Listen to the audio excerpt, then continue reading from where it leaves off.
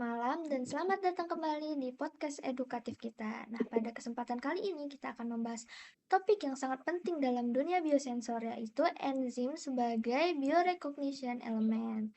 Nah, bersama saya telah hadir dua narasumber, Mas Fadil dan Mas Ivan. Halo, selamat malam. Selamat Malam, malam, Zah. Oke, terima kasih ya udah meluangkan waktunya untuk kita berbagi ilmu pada malam hari ini. Nah, jadi kita mulai dari dasar dulu nih. Ah, apa sih sebenarnya enzim itu dalam konteks biosensor? Boleh dijelaskan? Oke, saya izin menanggapi ya Mbak Zah. Jadi enzim sendiri merupakan molekul protein atau RNA yang bersifat katalik. Di dalam biosensor, enzim itu digunakan untuk mendeteksi analit spesifik melalui reaksi biokimia. Jadi enzim ini bertindak sebagai biokatalisator yang mengubah analit menjadi produk yang bisa diukur. Mungkin bisa dijelaskan oleh Mas Ivan lebih lanjutnya. Oke, mungkin melanjutkan dari Mas Fadil. Nah, biosensor, enzim dalam biosensor ini tuh sangat menarik ya teman-teman. Nah, enzim itu dia mempunyai spesifitas yang sangat tinggi, yang berarti itu si enzim ini hanya dapat berinteraksi dengan substrat tertentu. Kalau teman-teman paham atau teman-teman tahu gitu, ada sebuah konsep namanya lock and key. Jadi si enzim itu sangat cocok untuk deteksi-deteksi yang selektif begitu. Oke. Nah, apa aja sih karakteristik utama enzim yang membuatnya tuh lebih unggul dalam biosensor? Nah, jadi setidaknya itu ada dua teman-teman. Jadi yang pertama itu ada enzim itu mempunyai spesifitas yang sangat tinggi yang seperti yang sudah saya singgung tadi di awal. Terus yang kedua itu dia itu efisiensi katalitik yang tinggi. Nah, jadi si enzim itu dia itu bisa mempercepat reaksi tanpa ikut habis dalam prosesnya. Mungkin bisa dilanjut Mas Fadil. Oke, izin menambahkan dari teman kita, Mas Ivan, yaitu enzim biasanya digunakan juga untuk imobilisasi pada permukaan transducer seperti elektroda. Tujuannya supaya enzim tetap stabil dan bisa digunakan berulang kali dalam sistem sensor. Oke, sekarang kita masuk ke contoh ya. Nah, di PowerPoint ini udah terlihat contoh dua, yaitu glukos, oksidase, dan kolesterol. Boleh dijelaskan? Oke, mungkin kita masuk ke contoh yang pertama dulu, yaitu GOX atau glukosoksidase. Jadi glukosoksidase itu merupakan enzim yang sangat spesifik terhadap beta dan delta glukosa. Nah, ini yang membuat banyak digunakan dalam alat glukometer untuk penderita diabetes sebagai parameter apakah penderita diabetes itu mengalami kenaikan gula darah seperti itu. Mungkin bisa dilanjut oleh Mas Ivan.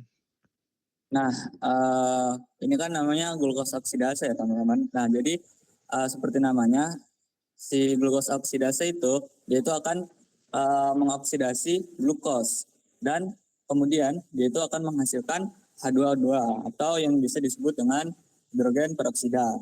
Nah, si hidrogen peroksida ini dia itu mudah dideteksi secara elektrokimia sehingga nanti sinyal itu dapat diukur gitu. Oke, izin menambahkan juga bahwasannya glukosoksidase ini juga cukup stabil terhadap perubahan pH dan suhu. Jadi cocok banget nih untuk aplikasi medis. Nah, lanjut. Yang kedua itu enzim yang kedua itu ada CHOX atau kolesterol oksidase. Nah, CHOX ini itu umumnya digunakan untuk mendeteksi kolesterol bebas dalam darah. Biasanya itu CHOX itu dikombinasikan dengan enzim lain untuk mengukur keseluruhan dari kolesterol. Nah, kurang lebih CHOX ini tuh sama dengan GOX, yaitu enzim ini juga menghasilkan H2O2 sebagai produk reaksi. Nah, ini memudahkan deteksi baik secara elektrokimia maupun kalorimetri. Nah, makanya eh, si kolesterol oksidase ini itu sering digunakan dalam biosensor. Umumnya itu untuk screening awal resiko penyakit kardiovaskular. Oke, terima kasih atas jawaban-jawabannya yang sangat membantu sekali.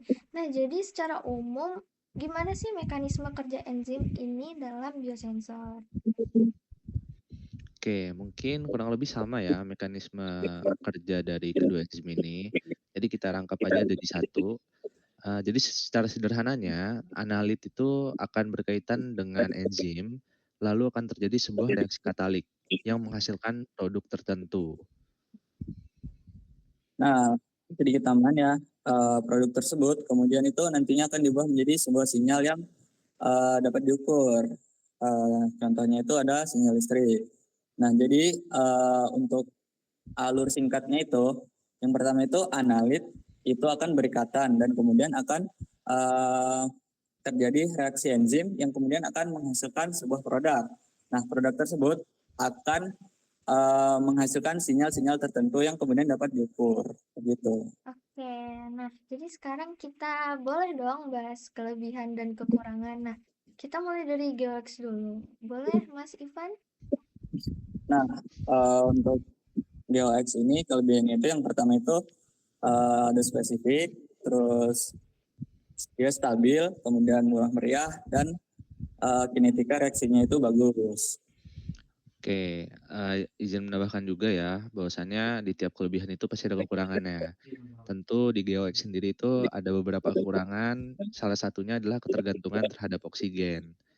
Nah, itu membuat bisa terganggu oleh zat lain, sehingga masa simpannya itu nanti terbatas. Oke, boleh selanjutnya untuk kolesterol oksidasenya? Nah, kalau kolesterol oksidasi ini, kelebihannya itu terhadap efisiensi katalik tinggi dan cukup stabil secara thermal dibandingkan dengan GeoX tadi. Nah, mungkin untuk kolesterol oksidasi itu ada beberapa kekurangan ya. Yang pertama itu ada kelaritan substratnya, kemudian dia itu membutuhkan enzim tambahan untuk biar tambah akurat lah deteksinya. Kemudian itu sangat bergantung pada oksigen. Dan yang terakhir itu ada mungkin ini salah ya teman-teman. Jadi cuma ada 3, ini itu aja. Oke, terima kasih kepada Mas Ivan sama Mas Fadil atas jawaban-jawaban yang luar biasa. Jadi teman-teman, pembahasan hari ini kita dapat menyimpulkan bahwa enzim itu memiliki peran penting sebagai biorecognition element dalam biosensor karena spesifitas dan efisiensinya yang tinggi. Oke, terima kasih kepada Mas Fadil dan Mas Ivan sekali lagi atas kesempatan dan jawaban-jawabannya yang luar biasa. Iya, sama-sama. Terima Oke, kasih kembali. terima kasih juga untuk teman-teman yang sudah mendengarkan dan sampai jumpa lagi di kesempatan berikutnya. Terima kasih dan selamat malam. Dadah. Bye-bye.